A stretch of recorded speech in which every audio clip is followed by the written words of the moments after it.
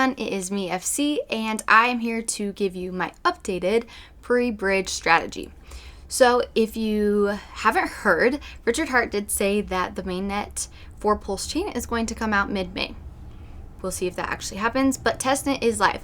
So if you haven't gone in, make sure you go and practice with all of your test tokens because it's going to really set you up for success once mainnet does go live. So getting into what my strategy is, in my last video, I did go into a little bit of where I'm at. So I did sacrifice for PulseX. I didn't sacrifice for PulseChain, which is an error on my part because I actually knew about it. But I am going about this in a way that I will eventually, hopefully, be able to obtain some PulseChain. But I don't want to do things the way that everyone else is doing it.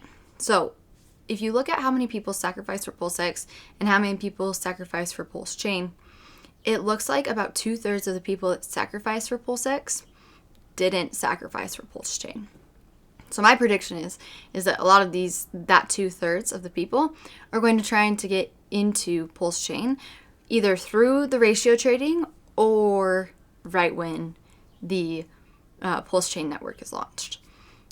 Like I said, I do not want to be one of those people because I think that's really going to drive up the price. So moving forward, what I'm going to do is once we have the airdrop, I am going to take all of those ERC20 tokens that are moved over to PulseChain, and I'm going to go in and ratio trade those. The only one that I'm not going to ratio trade is I am going to keep all of my hex because I put hex into my ERC20 that's liquid, so it could be copied over. I have, my hex stakes, but then I also do have some liquid hex as well.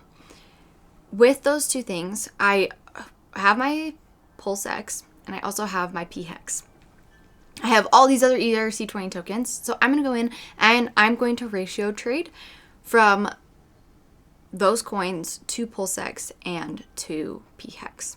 I'm not sure yet which way I'm going to do it or how much I'm going to put towards each, but it is very valuable to me to be able to do that.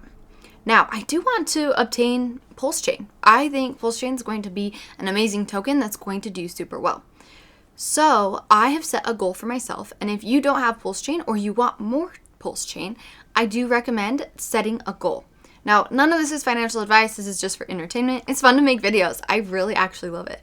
So this is not financial advice, but you could go in and set a goal of how much PulseChain, PulseX, P-hex, whatever it is, set a goal of what you want to do, what you want to obtain.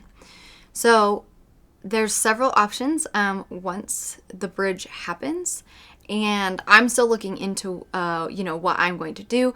The pre-bridge and the ratio trading is really what's going to determine what I do in the future with obtaining PulseChain. So I am going to probably dollar cost average into it, but then there's also a couple of other things I might do as well. And I'll make a video on that, so don't even worry about it. But I would, before the pre-bridge happens, is come up with these goals, come up with your strategies, because when you get into the actual situation, there's potential that it's going to be stressful. And you want to be as prepared as possible. Kind of like me talking about preparing for testnet. You want to have a strategy because it allows you to move within it. And I mean, you can always change it if you have to, but it helps to be able to not do something stupid, right? And not get wrecked by whatever's happening. So, little recap what I'm doing. I'm going to trade into my PulseX and my P-hex. I had so many people in my comments on my last pre-bridge video be like, you need PulseChain. And I know, I have plans on what I'm going to do for that, but I don't think it really is going to have to do with the ratio trading. So it will be post launch, which is totally fine. There's so many ways you can do it.